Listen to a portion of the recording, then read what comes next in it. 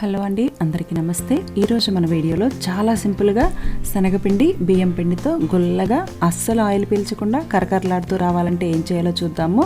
మన వీడియో చూడండి, మీరు కూడా చాలా ఈజీగా గంటలో చేసి పక్కన పెట్టేస్తారు. ఈ రెసిపీలోకి కేవలం 1 కేజీ శనగపిండి, 1 కేజీ బియ్యం పిండి, 1 కేజీ ఆయిల్ సరిపోతుంది. దీంతోపాటు 2 టేబుల్ స్పూన్స్ కారం, 2 టేబుల్ స్పూన్స్ వాము, 1/2 స్పూన్ వంట సోడా, రుచికి సరిపడా ఉప్పు ఉంటే సరిపోతుంది. ఈ జంతికల్లోకి వాము అన్నది కంపల్సరీగా వేసుకోవాలి, ఎందుకంటే కొంచెం ఎక్కువ తిన్నా కానీ కడుపు ఉబ్బరం అనిపించకుండా ఉంటుంది వాము వేసుకుంటే. ఈ జంతికలు మరింత టేస్టీగా రావాలంటే మన రేషన్ బియ్యం ఉంటాయి కదా, వాటిని నైట్ అంతా నానబెట్టుకుని తెల్లారే పిండి పట్టించిన తర్వాత ఆ పిండిని 1 గంట పాటు ఎండలో పెట్టి దాంతో జంతికలు చేస్తే ఇంకా గుల్లగా చాలా బాగా వస్తాయి. నాకు ఇప్పుడు దొరకక నేను జస్ట్ ప్యాకెట్ యూస్ చేస్తున్నాను. ఎక్కువ మొత్తంలో చేసేవాళ్ళు అయితే కంపల్సరీగా అలాగే చేయండి, చాలా బాగుంటాయి.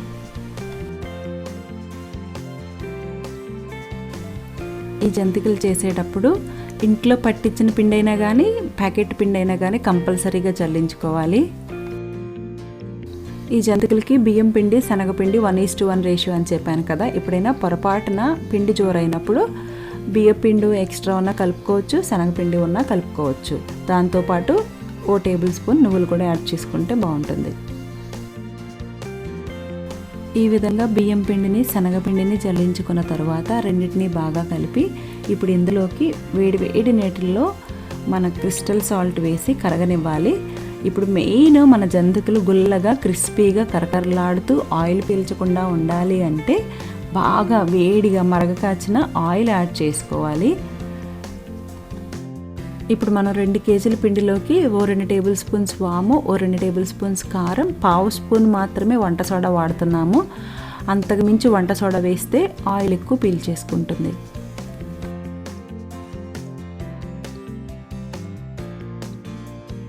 ఈ జంతికలకి పిండి కలుపుకోవడంలోనే అసలైన టెక్నిక్ ఉంటుందండి. వీడియోలో మీరు చూస్తున్నట్టుగా బాగా మరగకాచిన ఆయిల్ని మధ్యలో ఇలా గుంటలాగా చేసుకొని ఈ ఆయిల్ పోసి కాసేపు అలా మూసేయాలి.